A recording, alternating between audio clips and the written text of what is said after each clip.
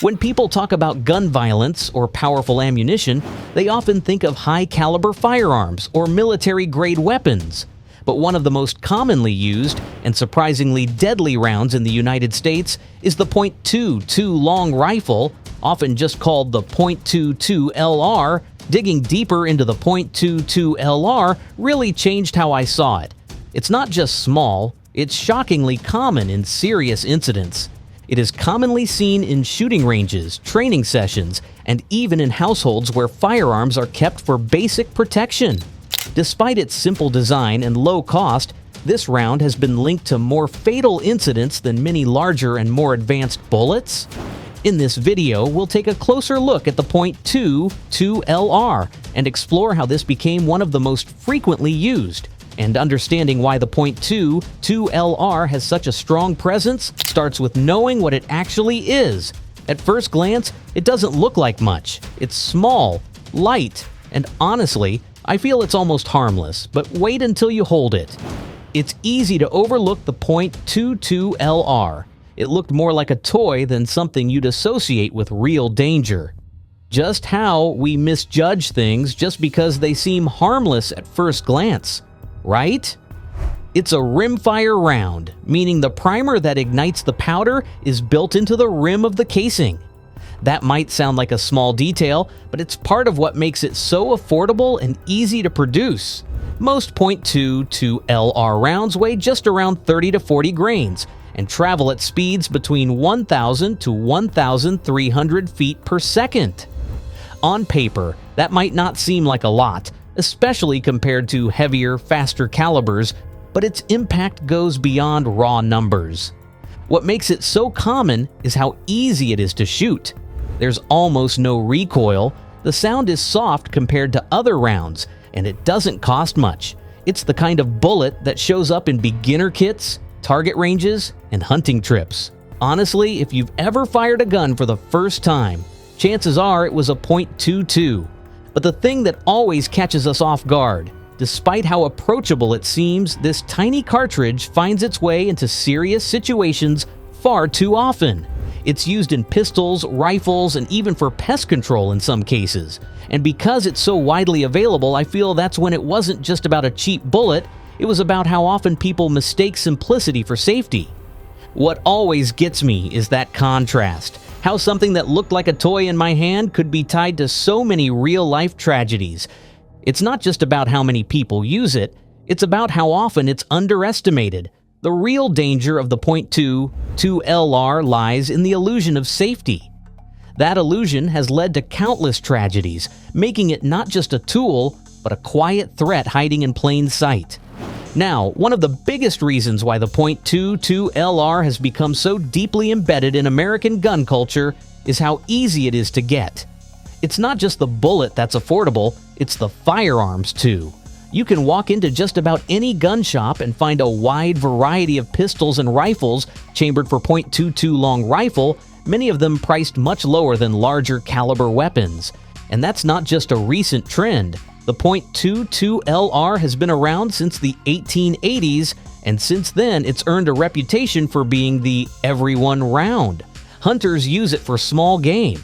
Families pass it down for teaching gun safety. Hobbyists use it for sport shooting. Some even keep it for emergencies or home protection. Not because it's the most powerful, but because it's what they have. What really surprises us is how deeply it's involved in everyday life, like being casually stored in glove compartments, nightstands, and even old toolboxes in sheds. It's treated almost like a household item in some areas, not necessarily as a weapon, but as a tool that's just always been there. And because it's so easy to handle, it's often the first round people learn to shoot with. That means a lot of folks feel comfortable with it, maybe too comfortable. The familiarity sometimes leads to carelessness, unsecured storage, loaded guns left around, and in some tragic cases, children getting access to firearms because adults assume the round isn't that dangerous. But widespread use also means widespread exposure. The more people have it, the more often it turns up in the wrong hands. Whether it's stolen, misused, or simply mishandled, The .22 LR's popularity becomes part of the risk. It's not about the bullet itself being evil, it's about how common it is and how often it's involved when something goes wrong. Despite its reputation as a beginner's round, the .22 LR has a long documented history of being deadly, especially in close-range encounters. What makes it even more concerning is how underestimated it is, even in professional spaces. Sometimes I wonder, how can something so ordinary carry such a deadly past?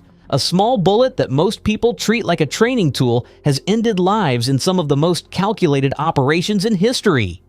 That contrast between perception and reality is what makes the .22 LR not just dangerous, but misleadingly dangerous. The .22 LR isn't just popular for training or hunting, it's constantly present in real-world violence. According to FBI crime lab data, the .22 caliber is consistently among the top 3 most recovered rounds in firearm-related homicides across the United States. In some reports, it accounts for up to 16% of ballistic evidence collected from crime scenes involving fatal shootings. In fact, in many urban areas, it's found more often than high-caliber rounds. That's not because criminals are specifically seeking it out. It's simply because .22 caliber guns are cheap, widely available, and easy to conceal. And it's not just urban environments. In rural America, .22 caliber firearms are often used in domestic incidents and spontaneous violence, simply because they're already in the house.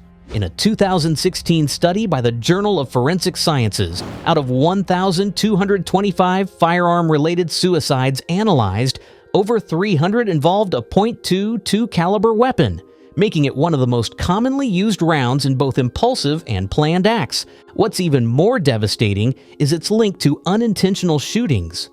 According to the CDC, over 500 accidental firearm deaths occur in the U.S. each year, and a significant portion involves smaller calibers like the .22 LR, often because the gun was left loaded, unsecured, or mistaken for being harmless. In law enforcement cases, recovered crime guns often include cheap, small-caliber pistols chambered in .22. Agencies refer to these as Saturday night specials due to their affordability and frequent use in impulsive or street-level crimes. A 2020 ATF report noted that out of over 180,000 crime guns traced, more than 18,000 were .22 caliber firearms.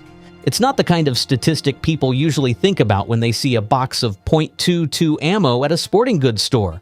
But behind those numbers are thousands of lives affected, victims, survivors, families. It's quiet, common, and far more dangerous than its size would ever suggest. And what makes it especially lethal isn't brute force. It's how the bullet behaves after impact. Unlike high-velocity rounds that create clean entry and exit wounds, the .22 LR often fails to exit the body. Instead, it can hit across bones or soft tissue, changing direction inside the body and damaging multiple organs along the way. One study published in the Journal of Trauma analyzed gunshot wound survivability, and surprisingly, .22 LR wounds had some of the highest fatality rates, especially when the bullet entered the cranial cavity or thoracic region. Because of its low recoil and relatively silent discharge, it's easier to fire accurately and repeatedly, making it more dangerous in the hands of someone with intent.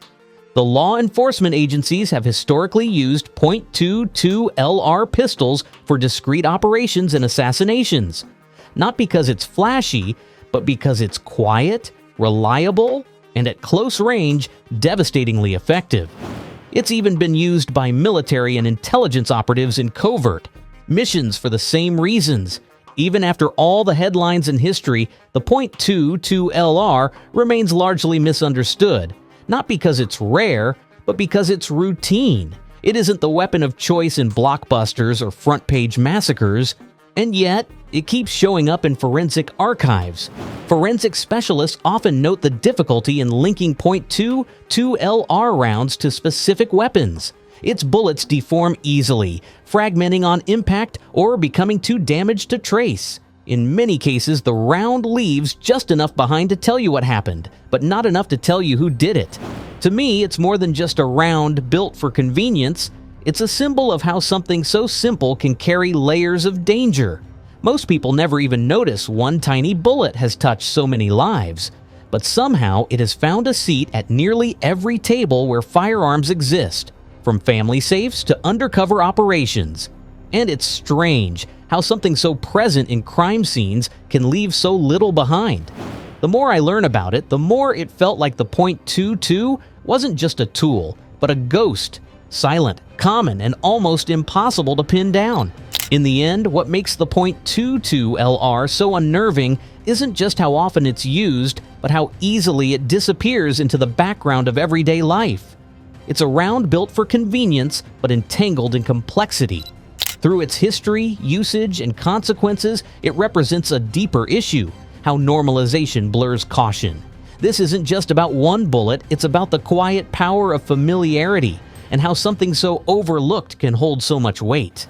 Thanks for watching. If this gave you a new way to look at something old, don't forget to like, share, and subscribe, and drop a comment on your thoughts below. I'd love to hear what you think.